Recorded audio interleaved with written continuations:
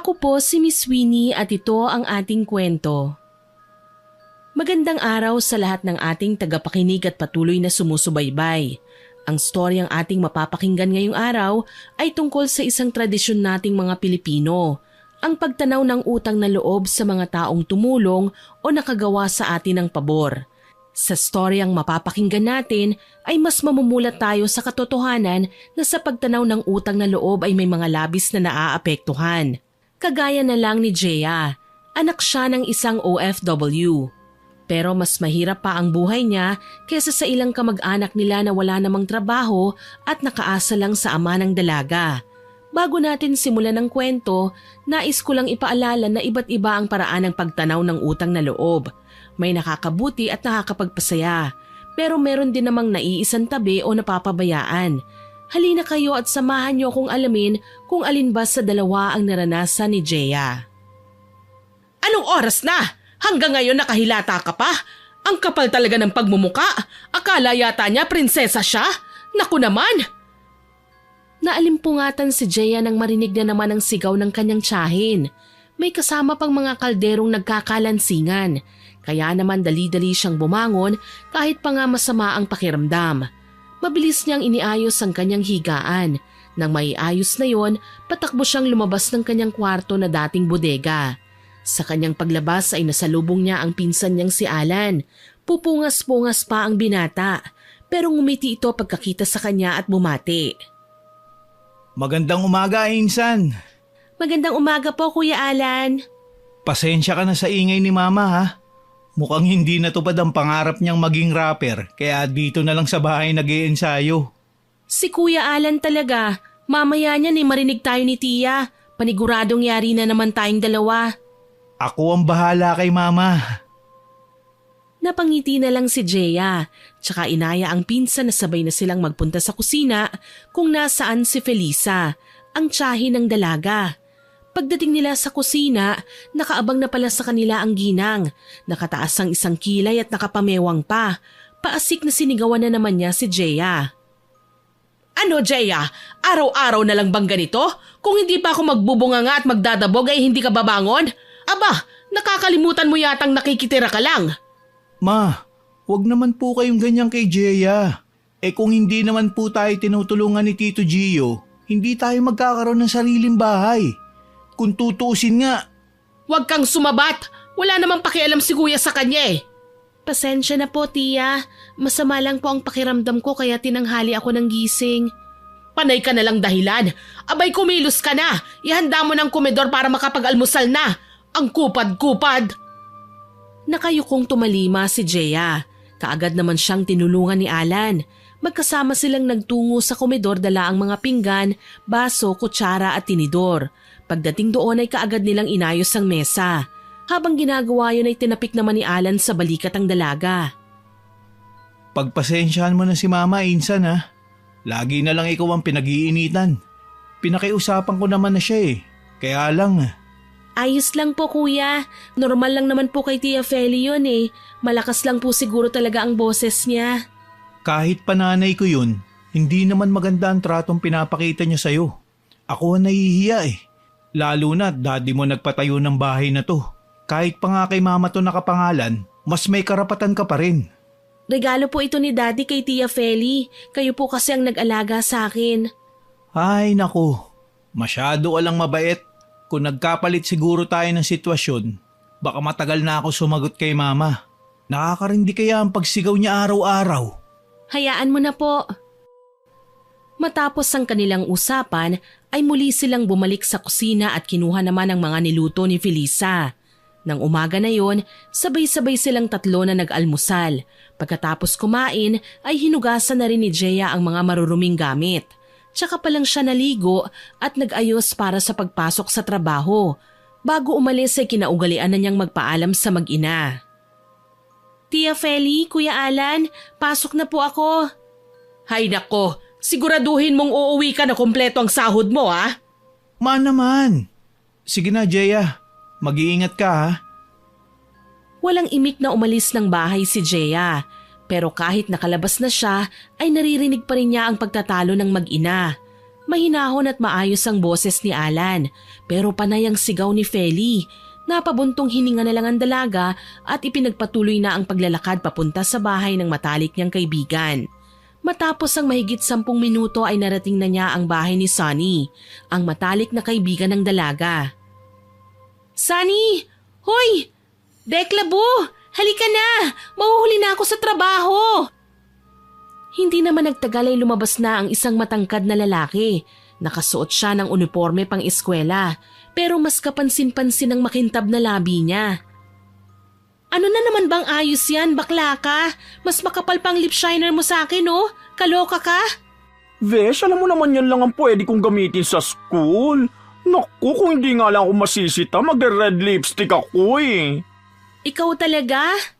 Alam mo na, hindi ako kagandahan, kaya kailangan ko umara para hindi ako magmukhang buksingero, no? Halika na nga. Baka mamaya ay may maisipan ka na namang kaharutan. Napapailing na nagsimulang maglakad si Jeya. Sinabayan naman siya ni Sunny na panay ang kwento sa pantasya sa pinsan ng dalaga na si Alan. Panay naman pambabara ang ginagawa ni Jeya. Naku, tigilan mo na ang ilusyon mo. Masasaktan ka lang.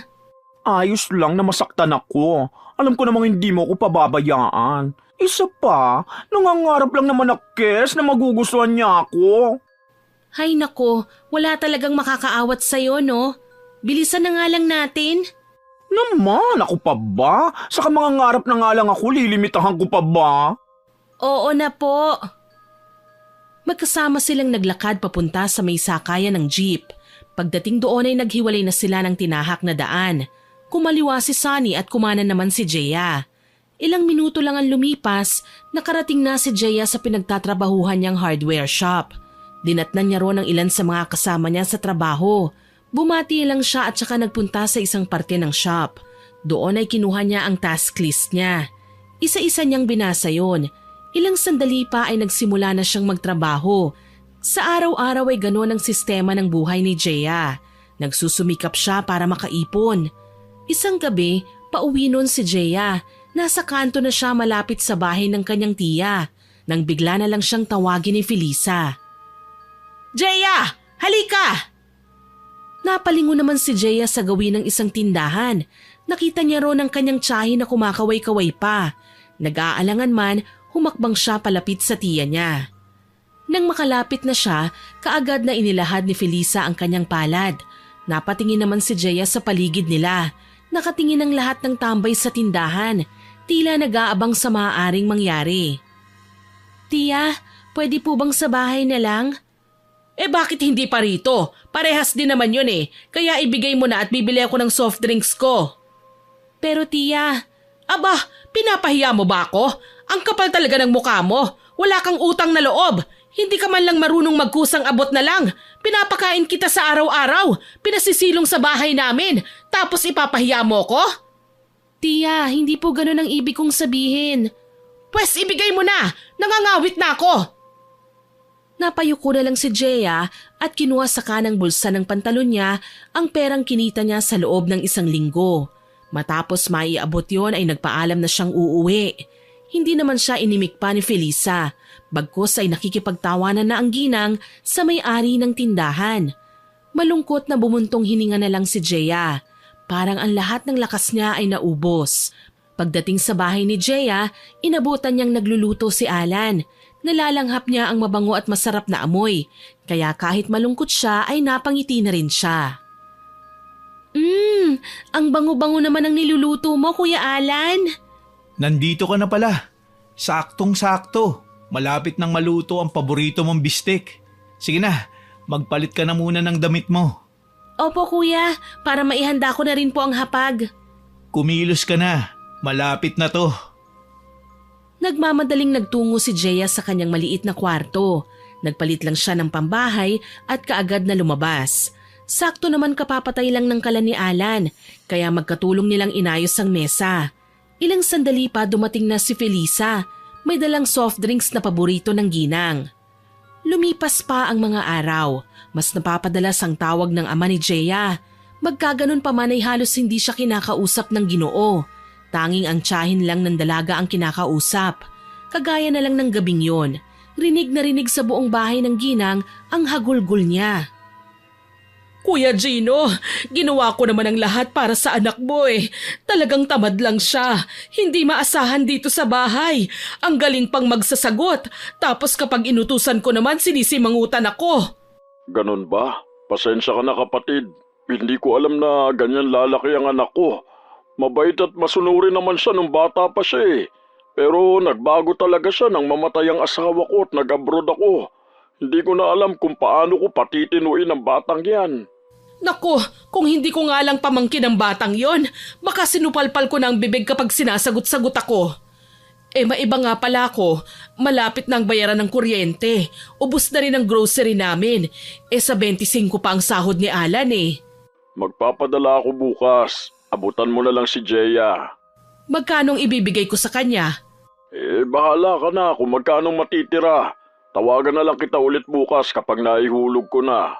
Sige po kuya, ingat ka dyan palagi ah. Huwag kang mag-alala, susubukan kong patinuin ang anak mo. Salamat. Sige na. Maaga pa ang pasok ko bukas eh. Ikaw na ang bahala kay Jeya ha. Hindi ko talaga alam kung bakit siya nagkakaganyan. Ako na ang bahala. Gagawin ko ang lahat para maputol ang sungay niya. Pagkatapos ng pag-uusap ng magkapatid, malungkot na nagtungo na lang si Jeya sa kwarto niyang maliit. Mabigat ang kanyang dibdib sa mga narinig na paratang sa kanya. Pero ang labis na dumurog sa puso ng dalaga ay ang katotohanang mas pinaniniwalaan pa ng ama ang sinasabi ng nakababatang kapatid. Hihiga na lang sana si Jeya at iiyak na lang sa bigat ng nararamdaman nang makarinig siya ng malakas na sigaw mula sa tiyahin niya. Galit na galit, nagmamadaling lumabas ulit ang dalaga sa kanyang silid para lang masaksihan na nagtatalo pala ang kanyang pinsan at tiyahin. Ma, bakit mo naman sinisiraan si Jeya kay Tio Gino? Alam mo po ba na dahil sa mga kasinungalingan nyo, naaapektuhan ang relasyon nila mag-ama? Wala akong pakialam. Isa pa ay nakinabang ka rin naman. Sa tingin mo ba makakapagtapos ka ng accountancy kung hindi ko inutakan ng kuya ko? Magpasalamat ka na lang at matalino at madiskarte ang nanay mo. Ma, mali nga yun. Tumatanda kayo ng paurong eh. Aba, sinasagot-sagot mo na ako dahil lang sa pinsan mong yan? Nakakalimutan mo na yatang ako ang nag-iris sa'yo. Ako ang dahilan kung bakit nandyan ka ngayon sa kinatatayuan mo. Bastos na bata to ah. Walang utang na loob. Sobra na po kayo, ma. Kung tutuusin, kayo ang walang utang na loob. Ganyan nyo itrato si Jeya. Pero kung wala siya sa atin, hindi ka makakahawak ng malaking pera. Ano po, ma? Pera-pera na lang po ba?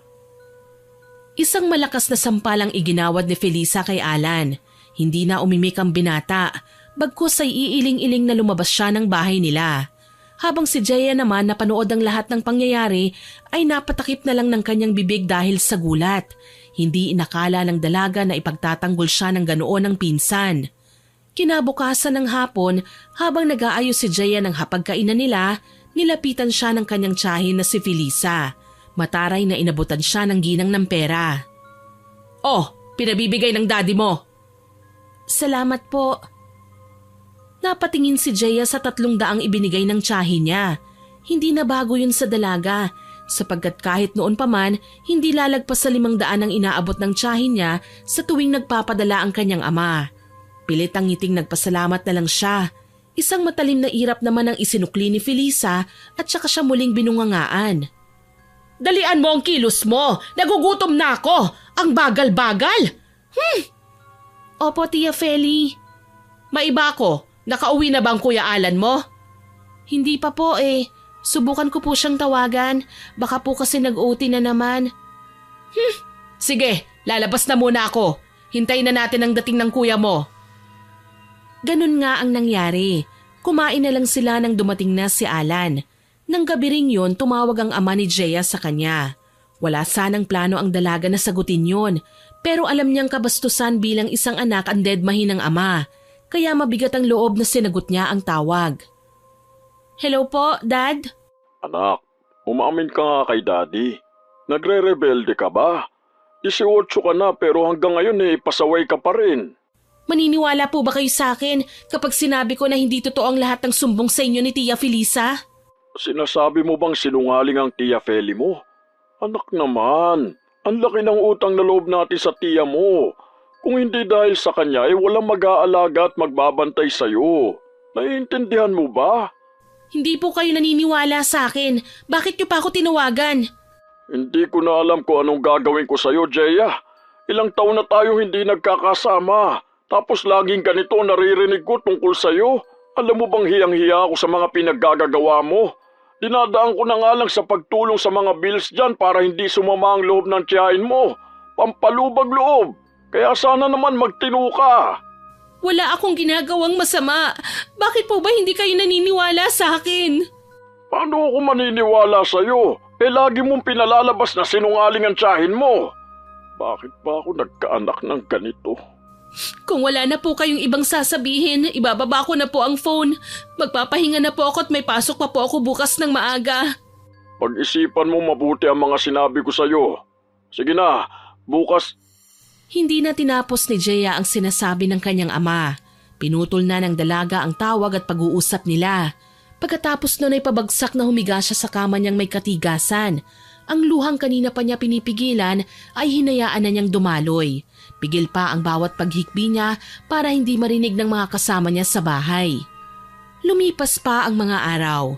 Isang ordinaryong linggo lang yun. Nasa bahay ni Sonny si Jeya. Tinutulungan ng dalaga ang binabaing kaibigan sa pagbebenta online. Isa yun sa ekstrang trabaho na ginagawa ni Jeya. Siya ang bahala sa pagsisetup ng kamera, maging ang pagbabalot ng mga orders. Binibigyan ng matalik na kaibigan ng dalaga ng komisyon sa lahat ng naibebenta nila. Sa tuwing matatapos ang kanilang pagbebenta ay kaagad na kinukwenta ni Sonny ang lahat ng makukuhang bayad sa mga order. Naku, ikaw talagang swerte ko. Mukhang doble ang kita natin today. Talaga? Naku, mukhang malapit na ako makabalik sa pag-aaral Teka nga, nagtataka naman ako sa'yo. Nagpapakahirap ka magtrabaho para makapag-ipon. Pero kung tutuusin, kayang-kaya ka naman pag-aralin ng tatay mo. Napagtapos nga niya si Fafa Ala ng accountancy Nagpapatawa ka ba? Parang hindi mo naman alam. Mas mahal ni Daddy ang kapatid niya. Hindi nga ako pinapaniwalaan sa sinasabi ko Aba, masaya ka pa talagang sinasabi yan? Kung hindi lang kita kaibigan, iisipin ko na babaliw ka. Ano, masuhista ka? Masuhista? Ano yun? Masuhista! Yung taong gusto pa nasasaktan sila, parang martir, ganun. Masokista? Ewan ko sa'yo. Kwentahin mo na ang lahat ng orders para alam ko kung magkano makukuha kong komisyon. Ewan ko sa'yo, bakit kasi hindi ka nalang bumukod? Dito ka nalang sa'kin. Wala naman akong kasama rito sa apartment. Hindi pa pwede ngayon, nag-iipon pa ako Hindi pa sapat ang ipon ko. Isa pa, gusto ko talagang ituloy ang pag-aaral ko Ay naku, ewan ko sa'yo. Ano pa bang iniintay mo mangyari para layasin niyang maldita mong tiyahin? Naku, kung ako siguro nasa katayuan mo, baka matagal ko na nilayasan ng mga yan. Kaloka! Natatawang tinitigan lang ni Jeya ang matalik na kaibigan. Napabuntong hininga na lang si Sonny sa inasal ng dalaga. Lumipas pa ang mga araw. Isang gabing pauwi si Jeya ay nilapitan siya ng isang kaibigan ng kanyang tiyahin. Sinisingil siya ng may edad na babae sa nakuha raw ng kanyang tiyahin. Utang po? Ano pong inutang ni Tia Feli? Ang alam ko po nakakapagpadala naman si Daddy. Ano po bang usapan niyo ni Tia? Magalang na inusisa ni Jeya ang may edad na babae, pero nagulat ang dalaga sa sinagot sa kanya. Ayon sa naniningil ay pinautang daw mismo ni Jeya ang pera na nagkakahalaga ng 5,000. Nagtaka siya at nagulat sa narinig. Po, sigurado po kayo? Wala naman po akong pinapautang kay Tia Feli. Ganito na lang po. Uwi po muna ako at kakausapin si Tia. Ayos lang po ba? Madali namang napakiusapan ni Jeya ang maniningil, kaya naman agad na nakauwi ang dalaga. Pagdating niya ay inabutan niya ang tiyahin na nanonood ng balita sa telebisyon, habang ang pinsan naman niya ay kararating lang din. Dumiretso sa tabi ni Felisa ang dalaga.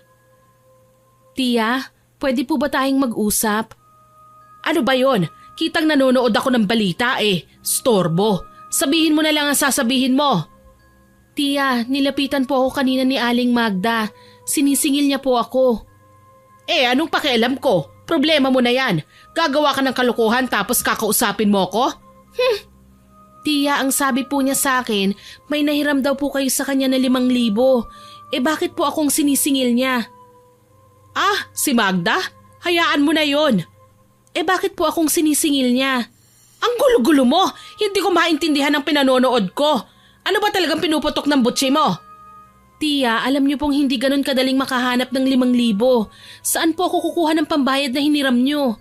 Problema mo na yon. Huwag mo na nga akong ginugulo. Masyado kang mapagmalaki. Para 5,000 lang hindi ka pa makapaglabas. Libre na nga ang pagkain at bahay mo.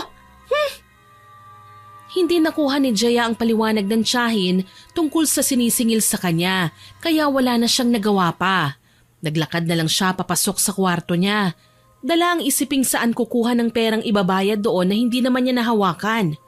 Nang gabing yon, nakarinig ng mahihinang katok sa pinto si Jaya.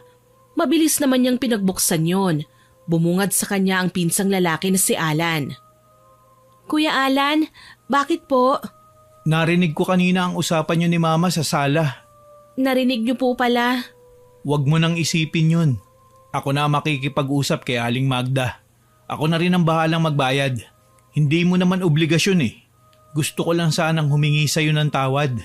Wala po yun, kuya. Baka talagang nangangailangan lang si Tia Feli. Ikaw talaga.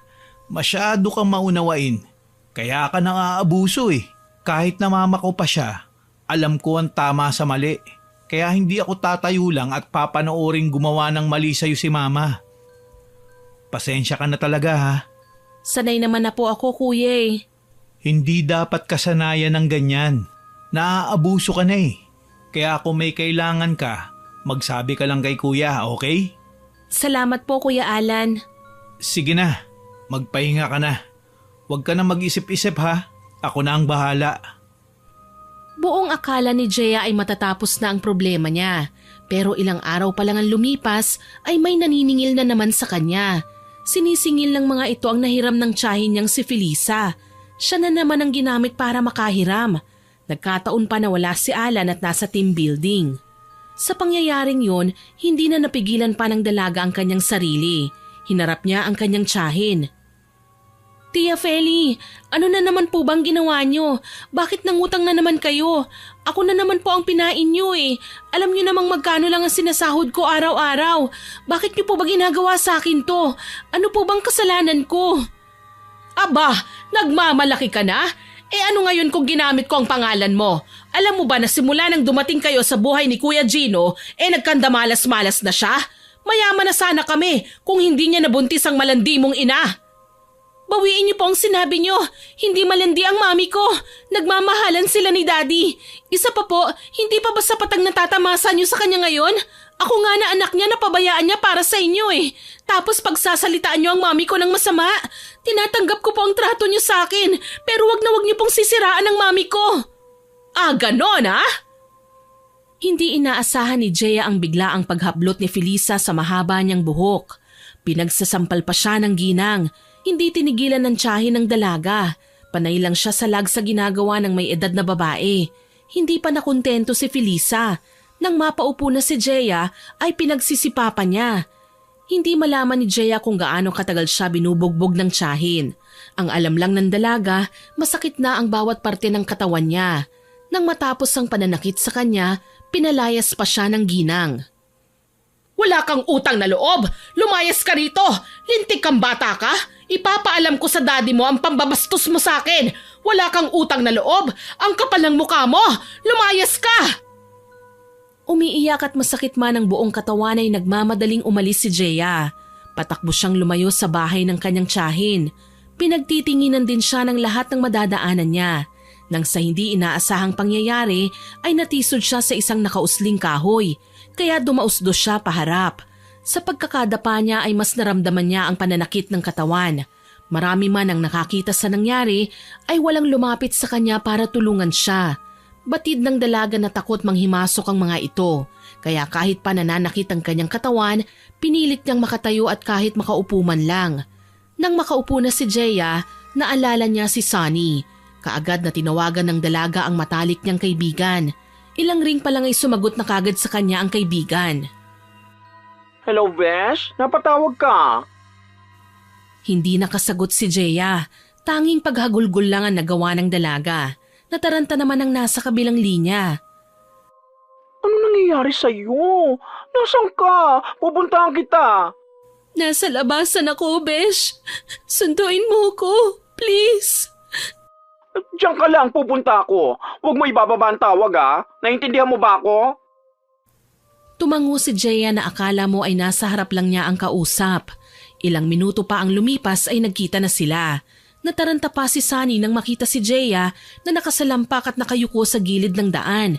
Nilapitan ng kaibigan ng dalaga. Jeya! Besh! Nang makalapit kay Jeya ang matalik na kaibigan ay nagyakapan sila. Panay ang hagulgol ng dalaga. Hinahaplos-haplos naman ni Sunny ang likod ng kaibigan. Nang kumalma na si Jeya, sinama siya pa uwi ni Sunny. Doon lang niya ikinuwento ang lahat ng nangyari sa pagitan nila ng kanyang tiyahin.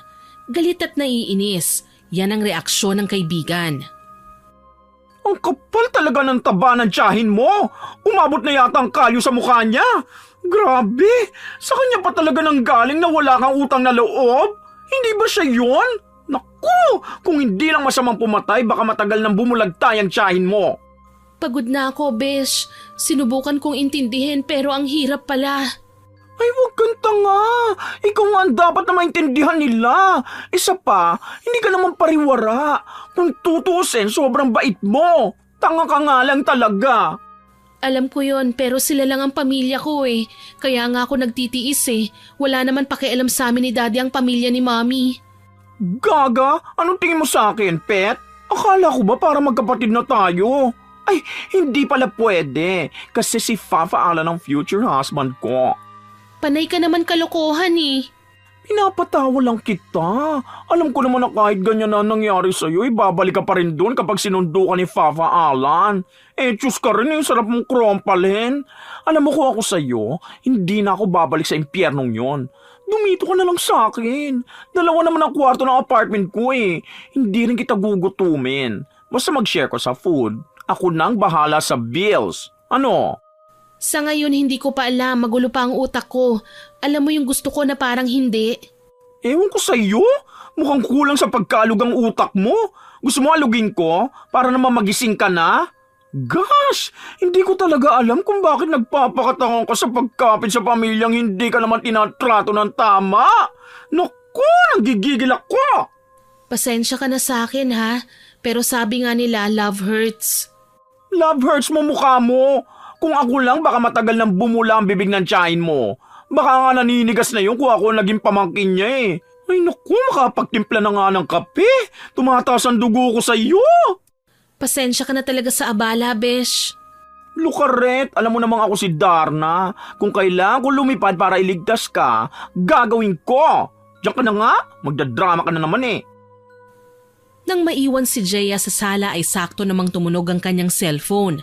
Nag-aalin lang ang kinuha niya sa bagang aparato. Nang makita niya ang pangalan ng kanyang ama, ay pabaligtad na lang niyang inilapag sa mesa ang cellphone. Tsaka siya nagpunta sa kusina para tulungan ang matalik na kaibigan sa pagtitimpla ng kape. Isang linggo ng maayos at magaan ang buhay ni Jeya. Bukod pa doon, mas nakakapag-ipon na siya. Pero ang lahat ay may hangganan. Araw ng day off yun ni Jeya. Abala siya sa paghahanda ng mga binibenta nila online ni Sunny nang bigla na lang may kumalampag sa gate nila. Kunot ang noong sinilip niya mula sa bintana ang dahilan. Mariin siyang napapikit nang makita ang kanyang tiyahin na nakatayo sa labas. Nag-aalinlangan man ay nilabas niya ang ginang. Tia Feli, ano pong ginagawa niyo rito? Ang kapal ng mukha mong hindi umuwi ng bahay? Nagmamalaki ka talaga sa akin, ano? Hindi po ba pinalayas niyo ko?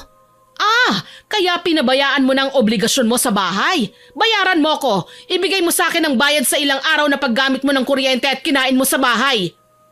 Nagpapadala naman po sa inyo si Daddy Aba, nanunumbat ka pa? Kaya hindi ka mahal ng Daddy mo dahil ang pangit kasi ng ugali mo. Lingid kay Jeya ay narinig lahat ni Sunny ang usapan nilang magtiyahin. Kaya naman hindi siya nakatiis at hinarap ang maingay na ginang. Hoy, elepante! Nakakalimutan mo yatang wala ka sa teritoryo mo. Huwag ka nagkukukuda dito ha. Baka hindi ako makapagpigil, igugud kita. Kaya pala asal kalye si Jeya dahil sa'yo, baklang unggoy! Unggoy? Excuse me, hindi kita kalahi, goriyang nakalulo ng megaphone. Gorilya pala! Nagsabunutan ng dalawa, panay lang ang awat ni Jeya. Dala ng ingay ng pagtatalo ay naglabasan na rin ng mga kapitbahay ni Sunny para makiusisa. Tama na, Tia! Sunny! Baklang kabayo ka? Bastos ka? Malditang baboy! Kung hindi ka kayang tanggapin sa impyerno, ako magdadala sa'yo doon, demonyita ka! Tumigil na kayo! Pakiusap! Tama na! Kahit marami pa ang nanonood ay talagang hindi nagpaawat ang dalawa. Nahinto lang sila nang may dumating ng mga tanod. Sa paghihiwalay ng dalawa ay patuloy pa rin ang sigawan at batuhan ng masasakit na salita sina Sunny at Felisa. Kahit pa nga dinala na sila sa barangay, panay naman pakiusap si Jeya hindi lang sa dalawang nag-aaway kundi maging sa mga tanod. Parang awa nyo na, tumahimik na kayo. Kung hindi pa kayo titigil, hahayaan ko na lang kayong maikulong na dalawa. Bastos ang kaibigan mo. Akala mo naman malinis? Pweh! Hoy, ikaw ang nagmamalinis dito. Nakalimutan mo yata na ikaw sumugod at lang gulo sa amin. Ikulong nyo na nga po yan. Baka mamaya maulol na yan at mga gat. Hoy bakla, anong palagay mo sa akin? Aso? Sabi nang tumigil na kayo eh. Hindi matatapos ito kung magmamatigasan kayo. Pasensya na po, Kapitan. Aayusin na lang po namin ang gulong ito.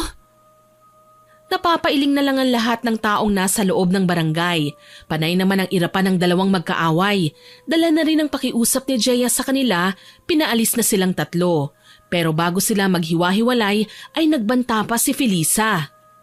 Hindi pa ako tapos sa'yo, Jeya. Sisiguraduhin kong araw-araw kang magdurusa. Abay, subukan mo para magkaroon tayo ng round 2. Wala akong pakialam. Lalabanan kita, mahaderang bakla. Mukha kang kabayo.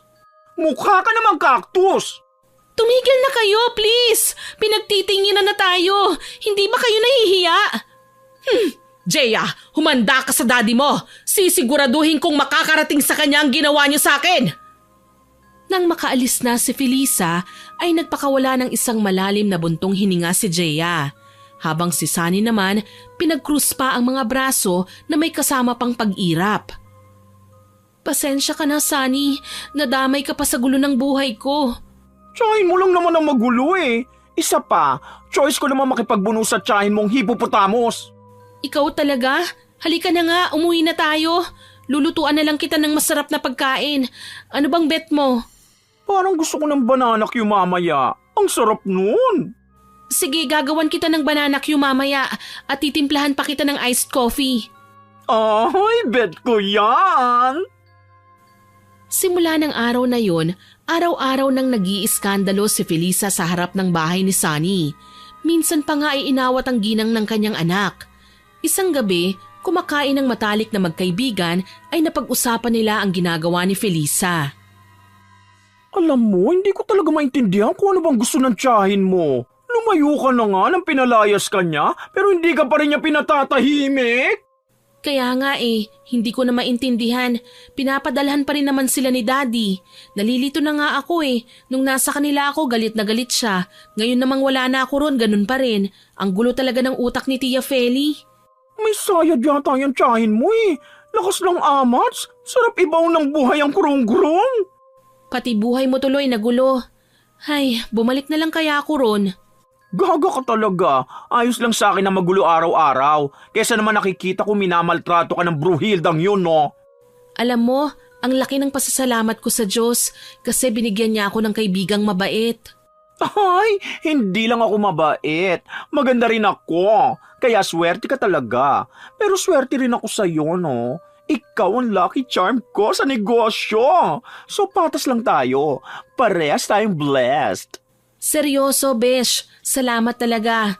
Pakiramdam ko talagang magkapatid tayo kahit pa nga hindi tayo magkadugo.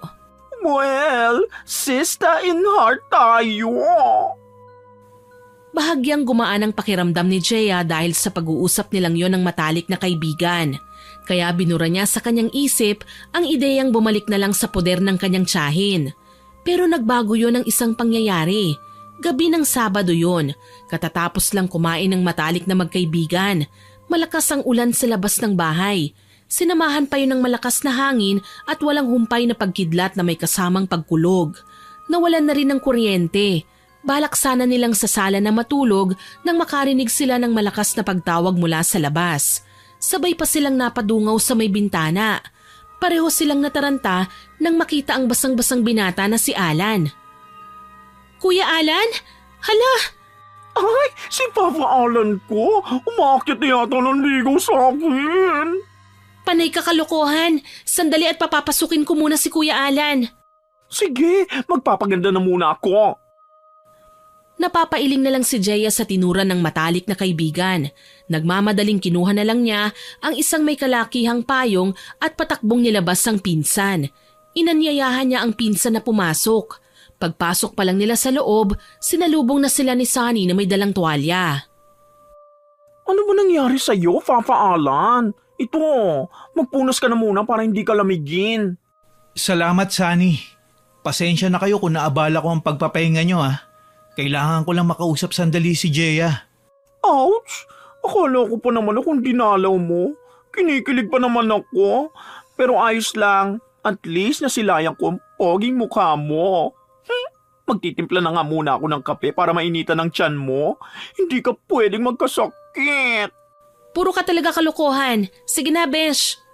Maupo ka na muna, Kuya Alan. Nang makaalis na si Sunny, ay seryosong kinausap ni Alan ang pinsan. Sinabi niya kung ano bang sadya niya sa pagsugod sa malakas na ulan. Alam kong hindi maganda ang samahan niyo ni Mama, pero gusto ko lang ipaalam sa'yo na may kakaibang nangyayari sa kanya. Ano pong ibig niyong sabihin, Kuya Alan? Ano po ang nangyari kay Tia Felisa? Kahapon, maayos naman siya. Pero kaninang umaga, bigla na lang namaga ang labi niya. Ngayong gabi naman, bigla na lang siyang namilipit sa sakit ng labi niya. Panay pa siya suka. Dinala na siya ngayon sa ospital. Ano po ang sabi ng doktor? Ay, sino na ospital, Papa Alan? Ito na nga palang kape mo. Humigop ka na muna para mainitan yung tiyan mo. Ang Tia Feli daw na ospital. Naku ha, tatablambay na sakit. Ang totoo niyan, hindi pa alam ng mga doktor ang sakit niya. Hindi rin naman daw allergy. Kinarma. Besh! Ay, pasensya na. Hindi ko napigilan ang bibig ko. Ayos lang. Tanggap ko namang hindi maganda ang tingin ng marami kay Mama Nakausap mo na ba si Daddy? Tumango lang si Alan kay Jeya. Pagkatapos ng araw na yun, laging dumadalaw si Jeya sa tiyahin niya sa ospital. Kahit pa nga hindi naging maganda ang trato sa kanya ng ginang. Tuwing manggagaling sa ospital, nakaugalian na ng dalagang dumaan sa bilihan ng homemade ice cream sa kanila. Bukod sa mura ay masarap pa yun. Pasalubong ng dalaga yon sa kanyang matalik na kaibigan. Pagdating sa bahay ay inabutan niyang nanonood ng telebisyon si Sunny. Besh, nandito na ako! Kumain ka na ba? Nagluto ako ng pata team. Sandali ipaghahanda kita. Huwag ka nang mag-abala. Ako nang bahala sa sarili ko. Eto nga pala binilhan kita ng ice cream. Mango flavor to. Wow, paborito ko yan. Kaya lang, Bakit may kaya lang? masisira ang sexy figure ko. Pero hindi ko mapipigilan, lalo na kapag galing sa little sister ko. Little sister talaga? Yeah, literal na little beshi sister. Hoy, kahit maliit ako, malaki naman ang puso ko. Tama, kaya love na love kito Nang gabing yun ay masarap ang tulog ni Jeya. Lingid sa kanyang kaalaman ay may ibang ginagawa si Sunny sa loob ng kwarto niya. May 3 nakasinding kandila sa isang parte ng kwarto. Napapalibutan yun ng asin na may kasamang patak ng dugo. Sa harap ng mga kandilang yun ay may isang manikang gawa sa tela. May marka rin sa bandang mukha nun, habang si Sunny ay nakadapa sa sahig at nakabuka ang mga kamay. Sa kanyang bibig lumalabas ang isang lengguaheng tanging ang mga kagaya lang niya at ang kanyang lola ang nakakaintindi. Matapos ang pagdarasal ay pabulong siyang nagsalita. Tama lang ang nangyayari sa iyo, Felisa. Masyado kang malupit at masama. Napakabantot ng ugali mo. Mabuti na lang at naipasa sa akin ni Lola ang kakayahan niyang mangulam. Sa ngayon, tama lang muna nangyayari sa'yo. Pero oras na lumabis ka na naman, dodobling kong paghihirap mo. Kinabukasan, masaya at masiglang bumangon si Sunny. Plano sana niyang unahang magising si Jeya, pero pagbaba niya ay inabutan na niyang naghahanda ng almusal ang dalaga. Ay, nauna ko na naman nagising. Lagi na lang ako nahuhuli. Ano ka ba? Ito na nga lang ang nagagawa ko rito sa bahay eh. Aakuin mo pa. Halika na nga rito habang mainit pa ang tinapa at sinangag. Sige na nga. Aagahan ko na lang ang pag-uwi mamayang hapon para ako magluluto ng hapunan. Hihintay na kita para sabay na tayo, ha? Ay, oo nga pala. Nakalabas na ba ang Bruhilda sa ospital? Ang sabi ni Kuya Alan, ilalabas na raw niya mamayang tanghali. Ang alam ko, hindi pa napapagaling ng doktor si Tia Feli. Kaya naisip ni Kuya na dalhin na lang sa albularyo si Tia. Albularyo? Oo, bakit parang gulat na gulat ka? Wala. Hindi lang ako makapaniwalang naniniwala pala si Papa Alan sa ganon. Naku, mukhang malaki talaga ang chance na maging asawa ko za. Sira, kumain na nga tayo. Baka gutom lang yan. Pinagsaluhan nga ng matalik na magkaibigan ng almusal na inihanda ni Jeya. Nang matapos na silang mag-almusal, pareho silang gumayak na para pumasok sa kani-kanilang lakad. Pagsapit ng gabi, nang makatulog na si Jeya, nagsagawang muli ng ritual si Sunny. Pero iba sa pagkakataong yun dahil ang ritual na isasagawa niya ay pagbawi ng kulam. Kahit alam pa nga niyang maaaring manghina siya ng husto sa gagawin. Hindi ako pwede mahuli. Magtatampo sa akin si Jeya. Kahit pa nga magpaliwanag ako sa kanya na para rin sa kaligtasan niyang ginawa ko. Kaya kahit pa nga manghina ako, pahinga lang naman sa maghapon ang kailangan ko upang maibalik ang aking lakas. Bahala na nga. Basta hindi ako pwedeng mahuli. Yun nga ang ginawa ni Sunny. Kinabukasan, labis ang pagtataka ni Jeya nang mapansing malapit ng sumapit ang alas 7. Pero hindi pa rin bumabangon ang matalik na kaibigan.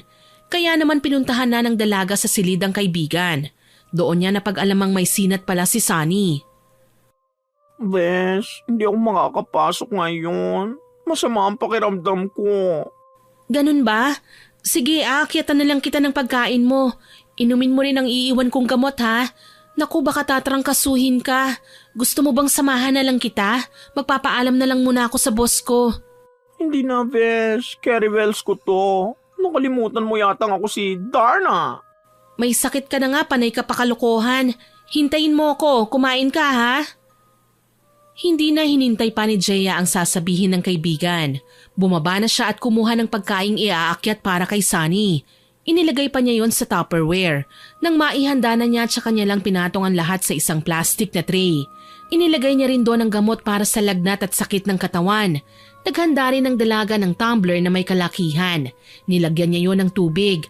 Nang masigurado na niyang kumpleto na ang kanyang dadalhin, ay nakangiti pa siyang bumalik sa itaas. Pagbalik ni Jeya sa silid ni Sunny, inilapag niya sa mesang nasa tabi ng bintana ang kanyang hawak na tray, bago hinarap ang matalik na kaibigan. O, kainin mo to ha, tapos inumin mo itong gamot mo. Mamayang tanghali, uuwi na lang ako para maasikaso kita. Lukring ka talaga, wag na. Mapapagod ka pa eh, ako nang bahala. Kaya ko ng sarili ko, relax ka lang. Mamaya lang gagaling na ako. Sure ka? Oo naman, sige na. Kumilos ka na at baka malate ka pa. Sige na nga, inumin mo ang gamot mo ha? Yes, ma'am. Yun na nga ang ginawa ni Jeya. Nag-ayos na ang dalaga para sa pagpasok niya sa trabaho. Nang makapag-ayos na ay pumasok na rin siya sa hardware store.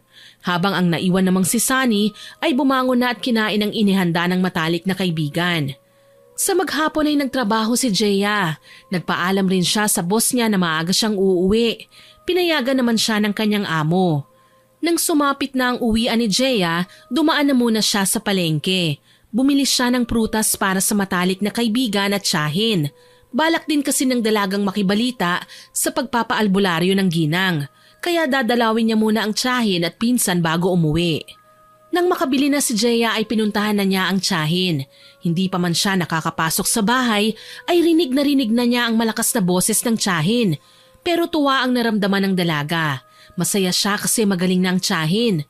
Kakatok pa lang sana siya nang biglang bumukas ang pinto ng bahay. Jeya, Insan, mabuti na padalaw ka.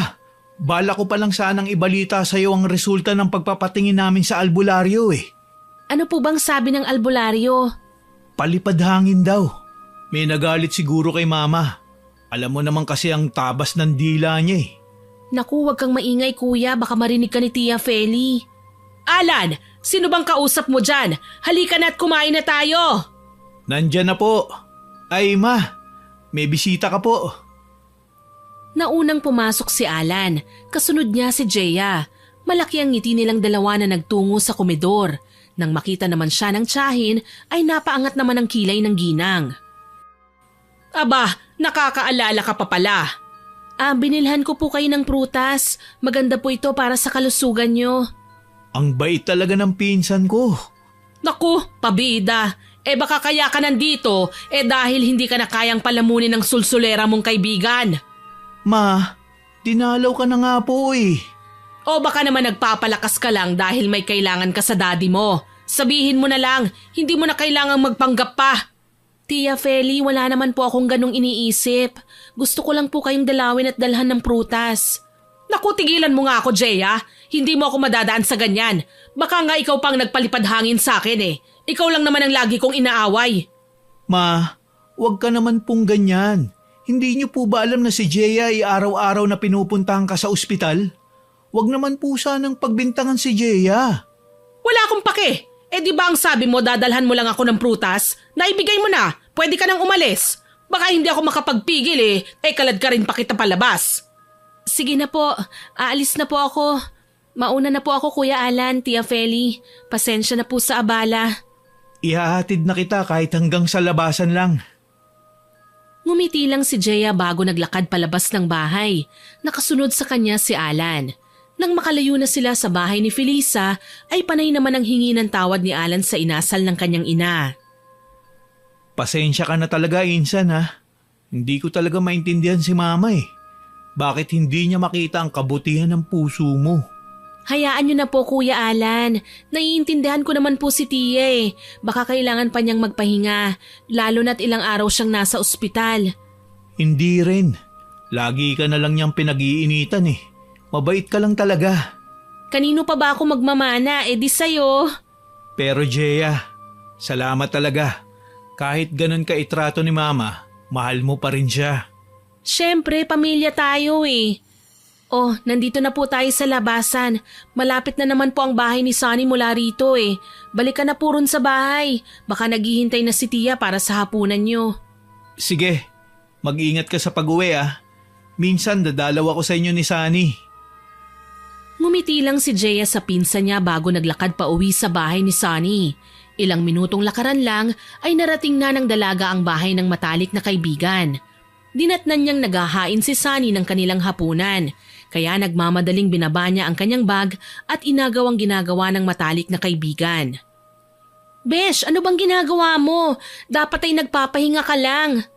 Ay, over siya. Magaling na ako. Isa pa, hindi naman ako baldado, no? Maghapon na nga ako nakahilata eh. Ikaw ang dapat na magpahinga. Alam kong pagod ka sa work. Bahala ka nga. Ay, oo nga pala. Binilhan kita ng mga prutas. Kainin mo para mas bumilis ang paggaling mo. Uy, sweet talaga ng BFF ko. Dahil dyan, masarap ang hapunan natin. Nagluto ako ng bok choy. Naku, mukhang mapaparami na naman ako ng kain nito ah. Aba, dapat lang. Para makita ng tiyahin mo na mas masarap ang buhay mo rito, no? Naku, tumigil ka na nga. Kumain na lang tayo. Nagutom ako bigla eh. Masayang pinagsaluhan ng matalik na magkaibigan ang batchoy na inihanda ni Sunny. Nang matapos na sila, ay nagpresinta si Jeya na maghuhugas ng mga plato, pero hindi pumayag si Sunny. Lumipas pa ang mga araw. Tahimik at maayos naman ang pamumuhay ni Jeya, kahit pa nga hindi pa rin maganda ang tingin ni Felisa sa kanya. Kagaya na lang ng araw na yon, muling dinalaw ni Jeya ang kanyang tiyahin, pero hindi nagbago ang trato ng ginang sa kanya. Nandito ka na naman! Ano bang napapala mo ng pabalik-balik dito? Gusto ko lang po kayong kumustahin. Nakita mo nang maayos ako, hindi ba? Isa pa, halos araw-araw kang nandito. Hindi ka ba napapagod? Sa totoo lang, simula nang umalis ka, mas dumarating ang blessing sa akin. Pero kapag nakikita kita, nasisira ang araw ko. Nagkakandamalas-malas pa ako. Pasensya na po, tiya. Panay ka na lang pasensya, kaya hindi ka kayang mahalin ng daddy mo kasi malas ka. Tama lang talaga na hindi ka pinag-aral pa ng kuya ko dahil masasayang lang. Aalis na lang po ako. Pasensya na po kayo sa abala. Mabuti pa nga, baka mamaya mag-iwan ka pa ng kamalasan mo rito. Simula ng araw na yun ay hindi na dumalaw pa si Jeya sa tiyahin niya. Inabala na lang niya ang sarili sa pagtatrabaho, kahit pa nga gusto niyang makita ang ginang. Isang araw, habang nagdidilig ng halaman si Jeya, ay bigla na lang sumulpot ang tiyahin niya. May dala itong sako bag. Nakangiti sanang lalapitan ng dalaga ang tiyahin, nang bigla na lang ibuhos ni Felisa ang laman ng daladala. Natigilan si Jeya, sapagkat ang laman pala ng sako na dala ng tiyahin niya ay kanyang mga gamit na naiwan sa bahay ng tiyahin. Nagmamadaling lumabas ng gate si Jeya at isa-isang pinulot ang mga gamit niya na ngayon ay nakakalat sa harapan ng bahay nila. Yan ang mga basura mo! Nagkakandamalas-malas ako simula ng huling dalaw mo! Peste ka talagang babae ka! Sige, pulutin mo! Naiiyak na isa-isang pinulot ni Jeya ang mga gamit niya. Sobrang sama ng loob niya sa ginagawa ng tiyahin. Nang madampot na niya ang lahat, sinubukan pa niyang kausapin ng maayos ang ginang. Tia Feli, bakit naman po ganito? Sana po ay pinapunta niyo na lang po ako sa inyo at pinakuha sa akin ang mga gamit ko. Ayoko nga tumapak ka pa sa pamamahay ko.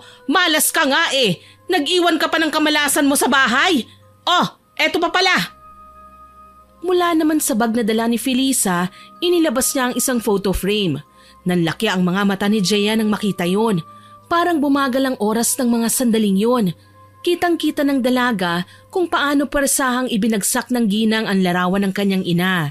Naging dahilan yon para mabasag ang salamin sa harap ng frame. Sa lakas ng pagkakabagsak ay may ilan pang bubog na tumalsik. Naiiyak na napaupo ang dalaga. Dinampot ang larawan ng kanyang ina. Ngunit bago pa niya maiangat ang larawan ay tinapakan na ni Felisa ang kamay niya. Dahilan para madiin ang kanyang kamay sa ilang bubog na nagkalat sa lapag. Tia Feli, wag po! Manahimik ka! Tama lang yan sa'yo! Umiiyak na dumadaing sa sakit si Jeya. Nakiusap at nagmamakaawa sa kanyang tiyahin, pero tinawanan lang siya ng ginang at mas lalo pang idiniin ang pagkakatapak sa kamay niya. Yun ang inabutan ni Sonny. Taranta at nagmamadaling dinaluhan niya ang matalik na kaibigan. Nang makita ni Sonny ang dugong umaagos mula sa kamay ng kanyang matalik na kaibigan, ay walang pag-aalinlangang itinulak niya si Felisa. Bruwa ka talaga! Sama-sama mo! Jeya! Bakit mo ako tinulak? Pakialamera ka talaga? Hoy, kung hindi ka kayang patulan ng matalik kong kaibigan, pues ako ang gagawa! Sonny, wag. Tia Feli, umalis na lang po kayo. Aalis ako kung kailan ko gusto. Humingi ka muna ng tawad sa akin. Itinulak ako ng magaling mong kaibigan. Aba, talaga naman! Ang kapal ng pes! Kahit na kumikirot at masakit ang dugo ang kamay, ay iniharang ni Jeya ang kanyang sugatang kamay sa matalik na kaibigan. Binigyan niya ng nakikiusap na tingin sa mata si Sonny. Kahit labag naman sa loob ay tumahimik na lang ang kaibigan. Tia Feli, pakiusap. Umuwi na po kayo. Aalis ako ngayon, pero hindi pa ako tapos sa'yo. Babalikan pa kita. Sa pag-alis ng tiyahin ni Jeya, ay nagmamadali naman si Sonny na kinuha ang wallet niya sa loob ng bahay. Hintayin mo ko rito. Kukunin ko lang ang wallet ko. Dadaling kita sa ospital. Hindi umimik si Jeya. Hindi kasi malaman ng dalaga kung ano ba ang mas masakit. Ang nasirang larawan ng ina na kumaska sa mga bubog at namansyahan ng dugo o ang sugat sa kanyang kamay na may nakabaon na bubog. Nang makabalik na si Sonny ay mabilis silang nagtungo sa ospital. Nang matanggal na nga ang bubog sa kamay ni Jeya ay pinanatili pa rin siya ng doktor doon. Oh, ang sabi ng doktor, dito ka na muna. Wala tayong magagawa. Mukhang kailangan ko nga rin ng pahinga. Oo nga pala, sinabi ko na nangyari kay Papa Alan. Kaya paglabas niya sa trabaho, pupunta siya rito. Pagdating niya, uwi na muna ako. Kukuha lang ako ng gamit mo. Bibili na rin ako ng pagkain, ha? Sige, kunin mo na rin ang wallet sa bag ko. Kumuha ka na lang doon ng pamalit sa gastos. Huwag mo nang isipin yun. Ako nang bahala. Hindi pwede yon. Huwag mo nang alalahanin. Ano ka ba naman? Ang mabuti, magpahinga ka na lang muna. Okay, parang inaantok nga ako eh. O sige na, babantayan kita. Sa mga sinabing yon ng matalik na kaibigan ay payapang natulog si Jeya. Hindi na nga niya alam kung gaano katagal. Nang magising siya, wala si Sunny. Ang tanging nandun lang sa tabi ng dalaga ay si Alan. Sinubukan ni Jeya na igala ang kanyang paninging nanlalabo. Pilit na hinahanap ang matalik na kaibigan. Nang makita yun ni Alan ay kaagad siyang nilapitan. Insan, gising ka na pala. Sandali, aalalayan kita makaupo. Nasaan po si Sunny? Umuwi muna. Kumuha ng gamit mo. Nagugutom ka na ba? Bumili ko ng chicken, oh. Mamaya na lang po pag nakabalik na si Sunny. Tubig. Gusto mo bang uminom? Ayos lang po ako, Kuya Alan. Relax lang po kayo. Ay, paano naman ako makakapag-relax? Sinabi na sa akin ni Sunny ang lahat ng nangyari. Nahihiya talaga ako sa ginawa sa'yo ni Mama. Ayos lang naman po ako eh. Buhay pa naman at hindi naman nalagay sa alanganin ng buhay ko. Sugat lang naman po to sa kamay. Gagaling at hihilom. Hindi na kasi tama eh. Grabe na si Mama. Hindi ko na masikmura ang mga ginagawa niya sa'yo. Hayaan mo na lang po. Ay, oo nga po pala. Hihingi po sana ako ng pabor. Anong pabor? Kahit ano pa yan, basta't kaya ko. Huwag po sanang makakarating kay Daddy ang nangyari ah. Ayokong magalit siya kay Tia Feli. Ayokong masira ang samahan nilang magkapatid. Sigurado ka ba? Hindi natin ipapaalam kay Tio Gino? Tumangulang si Jeya. Napakibit balikat na lang ang pinsan niya. Lingid sa kaalaman ng dalawa ay hindi lang pagkuha ng gamit ang inatupag ni Sunny, kung hindi ang pagganti kay Felisa. Sa ilalim ng buwan ay naglatag ng itim na tela si Sunny sa lupa. Muli ay hawak niya ang manikang gawa sa tela. Gamit ang matalas na gunting ay binuksan niya ang tiyan ng manika. Nang sapat na ang pagkakabuka ay inilagay niya sa bahaging yon ang ilang bubog na galing mismo sa nabasag na frame. Pagkatapos ay tinahi niya yon habang umuusal ng dasal.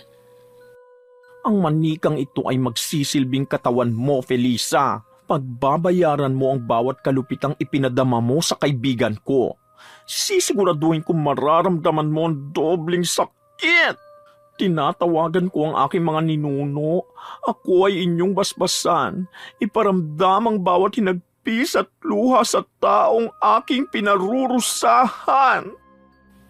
Matapos ang mga inusal niya ay bigla na lang humangin ng napakalakas. Kasabay noon ang pagliwanag ng langit dahil sa mga nagsasayaw na kidlat. Maraming salamat sa inyong pagtugon. Malakas na tumawa si Sunny. Kasunod noon ang biglang pagtama ng isang kidlat sa lupa.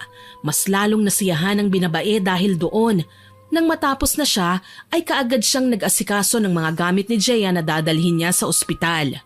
Habang sa ospital naman, panay ang kwentuhan at kulitan ng magpinsan na sina Alan at Jeya. Ilang beses na rin silang nasaway ng mga nurse sa ospital. Ilang oras pa ang lumipas. Malaki ang mga ngiti ni Jeya nang dumating si Sunny. Napataas naman ang kilay ng kaibigan. Natatawa naman ang dalaga. Ako sigurong pinag-uusapan nyo, no? Hindi naman. Tamang hinala lang. Naku, huwag nyo na i-deny. Mabuti sana kung pinagpaplanuhan yung kasal namin ni Papa Alan. Kilabutan ka nga sa sinasabi mo dyan. Aray ko naman, hindi pa man ako nanliligaw, ligwak ng kaagad. May iba ko. Nakuha mo bang wallet ko? Hindi, para magkautang ka sa akin at si Papa Alan ang ibayad mo. Babayaran na lang pala kita paglabas ko ng ospital. Tama na ang daldalan. Ang mabuti pa, kumain na muna tayo. Ay, hindi pa kayo nauna? Bakit inintay niyo pa ako? Mas masarap kumain kapag sabay-sabay. Kain na tayo. Magkakasama ang tatlong pinagsaluhan ng fried chicken na binili ni Alan. Habang kumakain sila, ay panay sila biruan at asaran hanggang sa matapos na nga sila. Matapos ang ilang oras ay nagpaalam na rin si Alan na uuwi na. Mauna na ako Baka naghihintay na si Mama. Wag, bata ka pa. Huwag ka muna mauna. Ha? May kato ka talaga, Sunny. Wala yun, Kuya Alan. Huwag mong pinagpapapansin yan. Malamang ay tinutoyo lang siya at hindi niya napanood ang teleseryeng pinakaaabangan niya araw-araw. Ganun ba? Sige na, magpahinga na rin kayo. Bukas, dadalaw ulit ako after work. Sunny, ikaw na munang bahala kay Jeya ha. Alam kong hindi mo siya pababayaan. Ako pa ba? Kaya ano pang hinihintay mo? Jowain mo na ako. Baliw! Sige po, Kuya Alan. Baka mahirapan ka nang makasakay pa uwi. Huwag niyo na lang pong pinagpapapansin si Sunny. Grabe naman siya. Goodbye kiss ko na lang pala. Yak! Napuno na naman ang tawanan ng buong silid. Nang makaalis na si Alan, ay doon lang nagpahinga ang dalawa. Kinabukasan ay nagising na lang si Jeya dahil sa nag-aalalang boses ni Alan. Buong akala ng dalaga ay guni-guni niya lang yun. Pero nang idilat niya ang kanyang mga mata, ay nakita niya ang pinsan na mukhang balisa habang kausap ang kanyang matalik na kaibigan. Kunot ang noon na tinanong niya ang dalawa kung ano ang nangyayari. Kuya Alan, ang aga mo naman po yata. Akala ko po ba after work mo pa ako dadalawin? Hindi ako nakapasok. May nangyari kasi. Ha? Maiwan ko na muna kayo. Bibili lang ako ng kape natin. Okay, sige. Kuya Alan, ano po bang nangyari? Dinala ko si mama sa ospital. Nagsusuka siya ng dugo. Kagabi, pagdating ko maayos naman siya. Kaninang madaling araw lang na maalimpungatan ako, dumadaing siya na masakit ang tiyan niya. Ininuman niya naman ng gamot, pero bigla na lang siya nagsuka ng dugo eh. Ha? Paano? May sakit po ba si Tia Feli? Wala pang sinasabi ang doktor. Naitawag ko na rin kay Tio Gino. Ano pong sabi ni Daddy? Siya na raw ang bahala sa gastusin. Sabi ko nga hindi pa naman gaano kalaki ang gastos eh. Kaya ko pa. Oo nga pala, pinapakamusta ka niya. Sinabi mo po ba na naospital ako? Hindi. Nangako ako sa'yo na hindi ko sasabihin, di ba? Salamat po, Kuya Alan. Mauuna na rin ako. Babalikan ko si mama. Baka kailangan niya na ako eh. Nagpunta lang talaga ako rito para ipaalam sa inyo ang balita. Sige po, sana ay maging maayos na si Tia Feli. Nang araw din yun ay pinayagan ng makalabas ng ospital si Jeya. Kaya naman naisipan niyang silipin ang tiyahin. Niyaya niya ang matalik na kaibigan na si Sunny. Hindi na siya kumatok sapagkat nakausap na niya sa cellphone ang pinsang si Alan. Ayon sa binata, nakatulog ang ginang nang turukan na siya ng pampakalma sapagkat nagwawala ang ginang at namimilipit sa sakit ng tiyan. Sa pagdalaw nila ay may napansin si Jeya sa pangangatawan ng tiyahin. Lumaki ang tiyan ng ginang, lumobo rin ang liig at nanlalalim ang mga mata. Anong nangyari? Bakit ganito ang itsura ni Tia Feli? Parang lumobo yata ang tiyan niya. Isa nga yan sa pinagtataka rin ng doktor. Wala kasi silang makita sa ultrasound. Wala rin sa full body CT scan niya. Baka kasi kailangan biyakin ang tiyan niya para malaman ng doktor ang talagang rason ng pagiging bloated niya. Pero advance na ang mga makina ngayon, hindi na kailangan maging ganun ka-risky. Totoo rin naman ang sinabi mo, Jeya. Kaya lang, wala naman nakita ang mga doktor. Sa ganoong pag-uusap sila nang bigla na lang magising si Felisa. Kaagad na dumako ang mga mata ng ginang kay Jeya. Nahihirapan at nanghihina pa na nagpupumilit bumangon ng ginang. Kaagad na inalalayan naman ni Jeya ang tiyahin dahil siya ang mas malapit pero mahinang hinawi lang ng ginang ang kamay ng dalaga. Huwag mo akong hawakan. Malas ka. Siguro ikaw ang gumawa sa akin ito. Hayop ka talagang bata ka. Ang lakas pa ng loob mo na magpakita sa akin. Tia Feli, hindi ko po alam ang sinasabi niyo. Ma, dinalaw ka lang po ni Jeya. Isa pa'y ano po ba ang pinagsasabi mo? Siguro ay pinakulam ako ng babaeng yan. Walang utang na loob. Tapos ngayon magmamaang-maangan pa. Sigurado ako na may kinalaman siya sa nangyayari sa akin. Imposible po ang sinasabi niyo, Mama. Kaka-discharge pa lang po ngayon ni Jeya dahil sa mga sugat niya. Nako, wag mong ipagtatanggol ang malas na babaeng yan. Lintik na. Ako ang nanay mo. Dapat sa akin ka kumakampi. Kuya, aalis na lang po kami ni Sunny para mas makapagpahinga na si Tia. Sige, mag-ingat kayo ha. Pasensya na. Bakit ka humihingi ng pasensya sa kanya? Panay kamalasan naman ang dala ng babaeng yan. Sana nga ay mamatay na lang siya para hindi tayo magkandamalas-malas. Aba, hoy, baboy na linta. Nakaratay ka na nga, dimunyita mo pa rin. Baka nga mauna ka pa sa kaibigan ko, no? Para ka pa rin manok na putak ng putak. Sunny, hayaan mo na. Aba! Ma, tama na. Lagi mo na lang ginaganyan si Jeya. Hindi ba pwedeng pigilan mo ang sarili mo ng pagsalitaan ng ganyan ng pinsan ko? Sobra na po kayo. Malungkot na yumuko na lang si Jeya. Ayaw niyang salubungin ang matatalim na tinging binabato sa kanya ng tiyahin. Kumapit na lang ang dalaga sa braso ni Sunny at mahinang hinila yon bilang pag-ayang umalis. Taas noon namang inalalayan siya ni Sunny palabas ng silid at iniwan ng mag-ina. Pagka-uwi nila Jeya at Sunny sa bahay ay nagpahinga na muna ang dalaga. Mabigat ang loob sa mga paratang ibinato sa kanya ng tiyahin, habang si Sunny naman ay galit na pumasok sa kwarto niya at kinuha ang manikang ginamit sa pangkukulam kay Felisa. Kinagabihan, nakatanggap ng masamang balita si Jeya mula kay Alan sa pamamagitan ng tawag sa cellphone. Insan, hindi na maganda ang lagay ni Mama. May kakaiba pang nangyayari sa kanya. Ha? Ano? Bakit? Anong nangyari kay Tia? Mukhang hindi nga sakit ang meron si Mama. Kanina, sumuka uli ng dugo si Mama.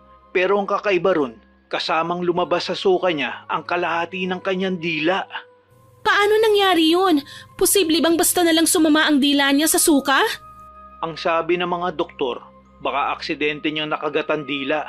Pero imposible. Paano niya makakagatan dila niya habang tulog? Kuya, hindi po ba sinabi mo sa akin noon na may nagpalipad hangin kay Tia Feli? Subukan mo kaya ulit lumapit sa albularyo. Hindi ko naisip yun. Sobrang nag-alala ko kay Mama. Bakit nga ba hindi ko naalala ang albularyo? Habang nag-uusap sila, ay bigla na lang nilang narinig ang malakas na pag-ungol ni Felisa. Ma? Mama? Ano nangyayari? Hello? Kuya Alan? Anong nangyayari? Si Mama, nagkakaroon ng hiwa ang bibig niya. Mukhang kailangan ko na talaga magpunta sa albularyo. Sige po kuya, tatawagin ko lang si Sunny. Papunta na kami dyan para samahan si Tia Feli. Sige, hintayin ko na kayo. Hindi ko maiiwan si Mama ng ganito. Pagkababa ng tawag ay kaagad na pinuntahan ni Jeya si Sunny sa kabilang kwarto. Pero labis ang gulat niya nang masaksihan ang kababalaghang ginagawa ng matalik na kaibigan. May hawak na manika at may nakatirik na kandila sa harapan ni Sunny. Napahawak sa kanyang bibig ang dalaga. Anong ginagawa mo? Jeya? Vesh, magpapaliwanag ako. Ano to? Manika? Kandila? Mangkukulam ka? Ito ang kakayahan ko na naman ako sa lola ko. Ikaw bang nagpalipad hangin kay Tia Feli? Hindi ko siya pinalipad hangin. Aaminin ko, kinulam ko siya. Pero ginawa ko lang yun para turuan siya ng leksyon. Masyado siya malupit sa'yo. Hindi mo kailangang gawin yun. Alam mo bang nangyayari ngayon kay Tia Feli? Oo, ako may gawa ng lahat ng nangyayari kay Felisa. Dapat lang yun sa kanya. Kung tutusin, kulang pa nga nakabayaran sa mga ginawa niya sa yung parusang binibigay ko sa kanya eh. Malupit siya, Jeya. Minamaltrato ka niya. Kung hindi ko nga lang alam na mahalaga siya sa'yo baka matagal ko na siyang tinanggalan ng hininga. Naririnig mo bang sinasabi mo? Sa tagal ng pagkakaibigan natin, hindi ko inakalang hindi pa pala kita ganun kakilala. Hindi ko pagsisisihan ang ginawa ko kay Felisa kahit kamuhian mo pa ako. Ganun kita kamahal. Ganun ko po protektahan ng mga taong mahalaga sa akin. Pero mali. Sunny, gumising ka. Hindi mo pwedeng ilagay sa mga kamay mo ang kapalaran ng ibang tao. Makinig ka nga sa akin. Pasensya ka na, Vesh, pero hindi kita mapagbibigyan. Matapos sabihin yon, ay biglang hiniwa ni Sunny ang bibig ng manika hanggang sa may tenga. Nagulat si Jeya. Natulala siya sa kanyang kinatatayuan. Hindi niya lubos maisip kung paano na ang kanyang matalik na kaibigang mabait ay naging ganun kawalang puso. Pero aminado ang dalaga sa ibang mga sinabi ng kaibigan sa tiyahin niya. Napabalik na lang sa ulirat si Jeya nang biglang tumunog ang kanyang cellphone. Kaagad na sinagot niya yon. Jeya, hindi na kita nahintay. Nandito na ako sa albularyo. Magkausap na kami. Tutulungan niya tayo. Kuya, sandali. Anong mangyayari sa taong kumulam kay Tia Feli? Ha? Anong kumulam? Hindi pa tayo sigurado dyan, Jeya. Pero sa pagkakaalam ko, may balik sa taong yun ang mga ginawa niya. Bakit mo na itanong? Wala po. Natanong ko lang. Sige po, Kuya Alan. Magbibihis lang po ako at pupunta na kami sa ospital. Sige, sisimulan na rin ng albularyo ang panggagamot kay Mama. Hindi na sumagot si Jeya. Ibinaba niya ang tawag at naiiyak na humarap sa matalik na kaibigan. Tinignan niya ng may pagmamakaawa sa mata si Sunny. Besh, tanggalin mo na ang kulam mo kay Tia Feli. Kasama na ni Kuya Alan ang albularyo. Ayokong may mangyari sa iyong masama. Pasensya ka na, pero hindi kita mapagbibigyan. Kung sakali man na magawa nga magamot ng albularyo na yun ang ginawa ko kay Felisa, hindi ko na rin maibabalik ang pinsalang na idulot ko sa kanya sa pisikal na aspeto. Kahit na, basta tanggalin mo na. Ayokong mapahamak ka. Please naman hindi ko matatanggap na may masamang mangyayari sa iyo nang dahil lang sa akin. Tatanggapin ko ang karmang naghihintay sa akin, pero hindi ko pagsisisihan ang lahat. Nabigla si Jeya nang bigla na lang bumagsak at nangisay si Sunny. Natatarantang lalapitan niya sana ang matalik na kaibigan, pero napahinto siya nang bigla na lang lumutang si Sunny. Kasabay nun ay ang malakas na hanging tila nakapalibot sa matalik na kaibigan. Kasunod nun ang biglang pamumuti ng mata ni Sunny. Ilang sandali pa ay parang kinakabahan si Sunny habang nakalutang. Umiiyak at hindi malaman ni Jeya ang gagawin niya sa mga sandaling yon. Hanggang sa bigla na lang sumigaw si Sunny, dahilan para mapatakip ng tenga ang dalaga. Nararapat lang kay Felisa ang mga nangyayari sa kanya! Masama siyang tao! Hindi siya dapat minamahal na sobra! Isa siyang lason! Malupit at walang konsensya! Sunny, kasalanan ko ang lahat ng ito eh. Kung hindi dahil sa akin, hindi ka makakagawa ng masama at kasalanan. Pakiusap, sana ay marinig mo ko, Besh. Tama na, itigil mo na. Ayokong pati ikaw ay mawala sa akin. Hindi alam ng dalaga kung gaano katagal siyang nakikiusap sa matalik na kaibigan. Hindi rin siya sigurado kung naririnig nga siya ni Sunny. Sa paghupa ng hangin ay siya ring pagbagsak ng nakalutang na katawan ni Sunny. Natatarantang dinaluhan ni Jeya ang matalik na kaibigan. Doon lang niya napansin na parang tumabingi ang ilong at labi ng kaibigan. Kasabay noon ay ang pagmulat ng mga mata ni Sunny. Kahit nangihina at pagod, hinaplos niya ang mukha ni Jeya na basang-basa sa luha. Kasalanan ko ang lahat ng ito eh. Besh, wag mo akong iiwan. Tatawag ako ng ambulansya. Kapit ka lang ha. Patawarin mo ko. Masyado ako nagpadala sa galit ko. Huwag ka nang magsalita. Hintayin mo ko. Babalikan kita. Tatawag lang ako ng tulong. Yun nga ang ginawa ni Jeya. Tumakbo siya pababa habang tinatawagan ng barangay nila para sa ambulansya. Nang madala na sa ospital si Sunny, ay doon lang kumalma si Jeya. Habang inaasikaso pa ang matalik na kaibigan, ay pinuntahan naman ni Jeya ang kanyang tiyahin. Pagpasok niya sa silid na kinalalagyan ng ginang, ay inabutan na niya ang pinsang si Alan. Kuya Alan? Magaling na si Mama. Dinala na pala siya ng doktor kanina sa ER. Tatahiin raw yung punit sa mukha niya. Kuya, humihingi ako ng tawad sa'yo. Alam kong alam mo kung sino ang may kagagawa ng nangyari kay Tia. Gusto kong magalit, Jeya. Pero sa puso ko, naiintindihan ko ang galit ni Sunny kay Mama. Kahit naman ako hindi ko masikmura ang trato niya sa'yo eh. Nabigla lang ako na kaya palang gawin ng masayahin at mabait na si Sunny ang bagay na yun. Magkaganon pa man, palalagpasin ko na lang ang nangyari. Pero hindi ko maipapangako sa'yo na mabubura ng ganun na lang ang sakit na dinulot niya. Sorry po talaga, Kuya.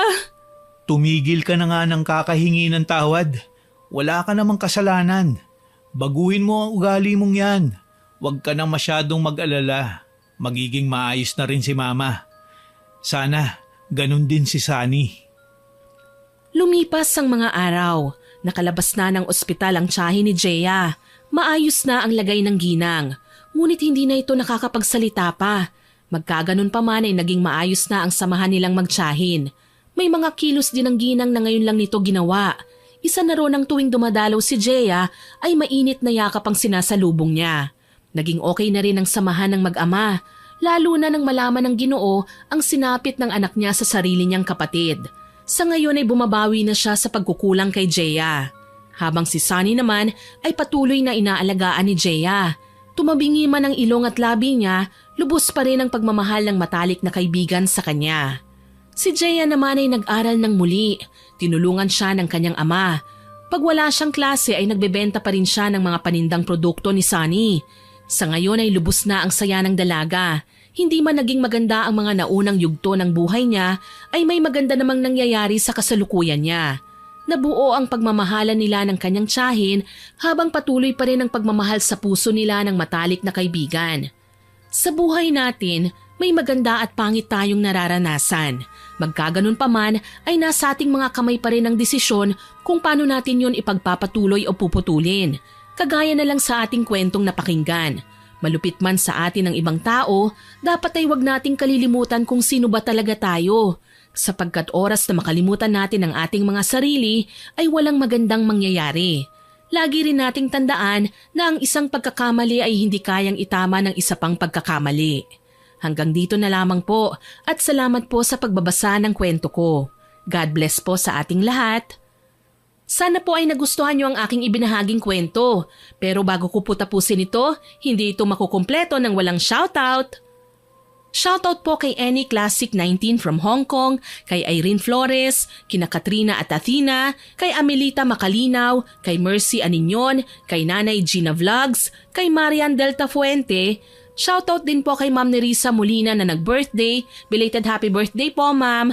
Hello din po kay Elisa Bagangan at sa Rivera family from Pangasinan, kay Joanna Reyes. Hello din po kay Aline Angel Capuno, pati na sa Capuno at De Jesus family, kay Moises Cabase, kay Abby Misagal, kay Sir Jerwin Fuentes na nag-birthday noong November 21.